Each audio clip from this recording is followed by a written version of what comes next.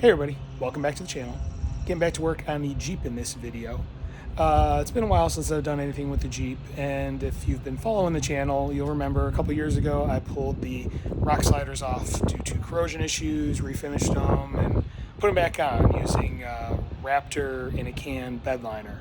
Well, 2 years of Ohio winters and liquid salt have not done them justice, and they are corroding really bad, so now it is time to address them again. So I'm gonna go ahead and get the camera turned around and start showing you what I'm dealing with. All right, so here you can see what 2 years of winters with the liquid salt have done to these sliders. The bed liner that I used was the Raptor black in a can, and you can see it just has not held up.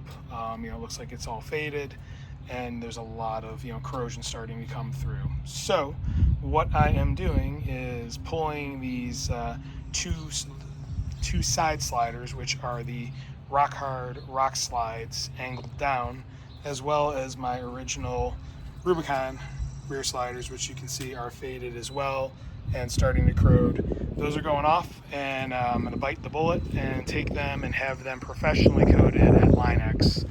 I contacted them, and they're going to do a full sandblast, get them down to the original metal, and then do the professional Line-X coating on them, which should hold up. I'd considered powder coating them, but they were originally powder coated by Rock Hard, and that didn't hold up. And I figured I do wheel this thing, and I have used the rock sliders and scuffed them, and that went through the powder coating that was originally on them. I figure the bed liner might hold up better, just being that it's a thicker, more heavy duty product. So I am going to go ahead and get to work on starting to pull these off. I'm going to start in the rear and then move my way forward. If you look at the sky here, I am racing the rain, so my goal is to at the very least get the back ones off, and then I can get to the fronts maybe at a later date if I don't get them done today.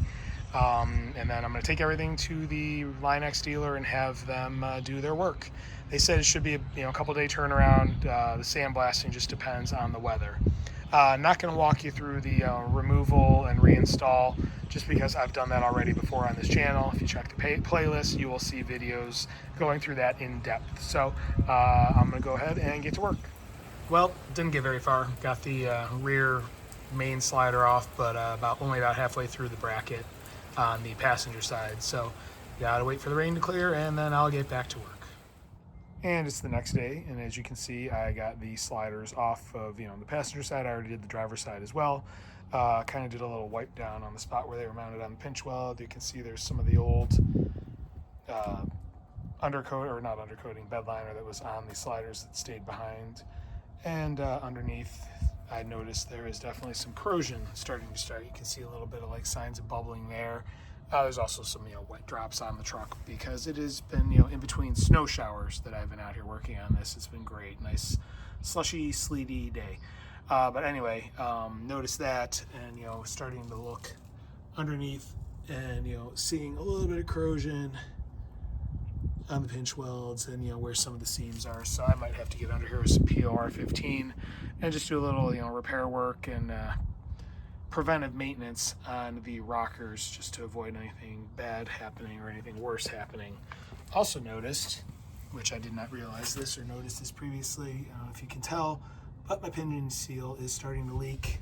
My differential is wet, and I know that is a very common issue on these axles. The rear axles tend to leak. So something else I'm going to have to fix, but at least for now, I've got these sliders all off, and I can go get those coated. And while they're off, I'll probably, like I said, try and figure out something as far as corrosion on these rockers. So it is the next day, and I was looking at my pinch welds here, and I realized and remembered I was not the last person to have these rails on and off this truck. They were removed by the dealership when the dealership did the paint work on it, which I covered in a previous video. That being said, I noticed this is the front mount plate on the passenger side. You got some corrosion, it looks like, down here. But I noticed they had it up so high that it dug into the panel. And I'm pretty sure that the fenders on these are aluminum, not steel, so it's not going to rust. But I noticed it's got like a bubble going on here in the paint. So I am going to need to do a couple of things. One, I was already thinking about getting some kind of corrosion paint to do a little work on this frame, and the welds and whatnot that I talked about, or the pinch welds and seams underneath that I talked about previously. But I also think what I'm going to do is take a grinder death wheel to the rails themselves, and I'll show you.